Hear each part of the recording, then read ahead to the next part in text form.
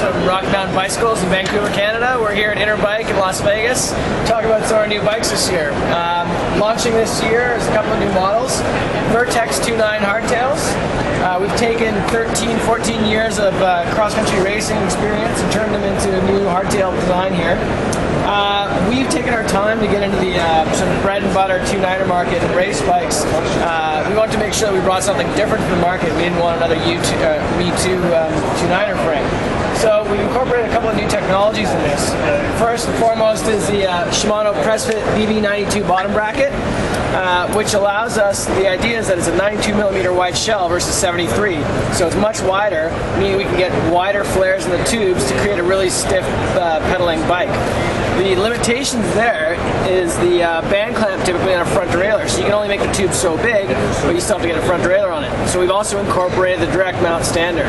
So by using those two technologies together, we feel we can come up with a better platform. Use tapered stays, S-bend stays. The goal here was to get more vertical compliance out of an aluminum frame. Our FEA shows about a 35% increase in vertical compliance versus the 2009 Vertex frame. We've included rack mounts as well for loaded off-road touring or long distance races like Great Divide. Zero stack tapered head tubes. The idea here is not to run a tapered fork, but to run a 1 1/8 fork with an internal headset cup on the lower, so we can reduce the stack height as much as possible. We have it in two models, Vertex 2.9, Vertex 2.9 SC, the hand mask paint job. These will be selling this year for $15.99 and $26.99. Here we have our new Altitude 2.9 bike. Last year we launched Altitude in the market in their trail bike category. This is a 29-inch wheel version of it. They have 120 mils of travel, front and rear. Uses our patent-pending straight-up geometry. So the idea here is a 76-degree C2 angle. It allows you to get you weight over the pedals more efficiently and climb, sit in the middle of the saddle when you climb. No front-end wandering, don't have to mess with adjustable travel forks. The bike climbs superbly. At the top of the climb, you stand up, and your C2 angle disappears. The bike descends really well as well. So we offered one model, and it's going to be for $39.99. Big news this year is the new Flatline World Cup bikes. We designed the Flatline frame a couple of years ago as a free ride, bike park, shuttle style bike. And when we signed on with Team Maxxis Rocky Mountain in the fall, we had to create a brand new downhill race specific bike. So it was our first year back in gravity racing in 10 years, and the team had some very specific requirements. Sabrina Chanier, Cam Cole, and Luke Strobel had some specific ideas in mind in terms of geometry, travel, suspension rates, all that. So we worked with them closely to develop this program, and here's the end result. The bike is a fixed travel at 8 inches. The top tube lengths are reduced by 2 inches versus the traditional flatline frame, give the bike much more of a rearward weight bias for high-speed stability. Head angles are set at between 64 and 65 degrees, depending on where you position the fork and the crowns.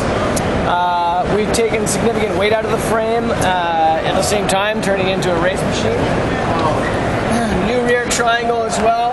That's Maxxil compatible. It'll come with a hollow 775 aluminum axle, but if you want to run a Maxxil, you can. We've taken 4 bearings out of the linkage system at 25 grams a piece. It adds up pretty quickly. We're going to have it in 2 trims, Flatline Pro, which is going to retail at $39.99 with a SRAM X9, X7 Grupo and Boxer and Vivid Sprung, as well as the Flatline World Cup, which is essentially exactly what the team's been running as a team replica. It's got a Fox 40 RC2 and a DHX the RC4 rear shock and a full Saint build. These bikes here versus the 2009 bikes, this versus the equivalent 2009 bike has dropped 4 pounds. It's down to 40 pounds. And the new 2010 Pro versus last year's Flatline 3 has actually dropped about 7 pounds for the equivalent bike. We're here at Scott, and there's big news is black. Well, I should say white is the new black. Yeah, Scott talked Schwalbe into making white Rocket Ron tires for their Spark. And Nino Schurter's World Championship bike. Scott Hardtail with Ritchie tubular tires. Yep, these babies are glued on. Not bad. They're made by Andre Dugast. Right there is the logo. Andre Dugast, and they are handmade by his crew in France. Pretty awesome stuff. SRAM XX, 2x10, 36 tooth. And up here, Ritchie components, carbon bar ends. Can you believe it? Throwback to the 80s, but everybody in the cross country is using them. The DT Swiss, lightest cross country fork you can buy with carbon fiber lowers. And Ritchie stub seat post gives you about 45 millimeters of adjustment, and then the Scott, of course, has a one-piece seat tube built into the frame, integrated seat post. Awesome bike. And on the other side of the world is the Voltage, which is their all-mountain park bike, and they're heavily invested in park now. They're going to be the rental bike fleet at Winter Park.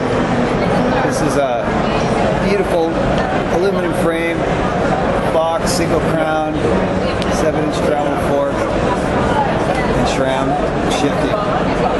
Killer bike. Also has a new Schwalbe Big Betty, 2.5-inch, lightweight, super fast rolling downhill tires. And the other part of this story, and you really got to hand it to Scott, is that they're making pump track bikes. Single speed, Specialized uses those too. 26-inch wheel pump track bikes. Super simple, one brake, cable operated. Awesome. And the reason they do pump track bikes, let's see if we can get a good shot at it. The reason they do pump track bikes is that they've decided to fund,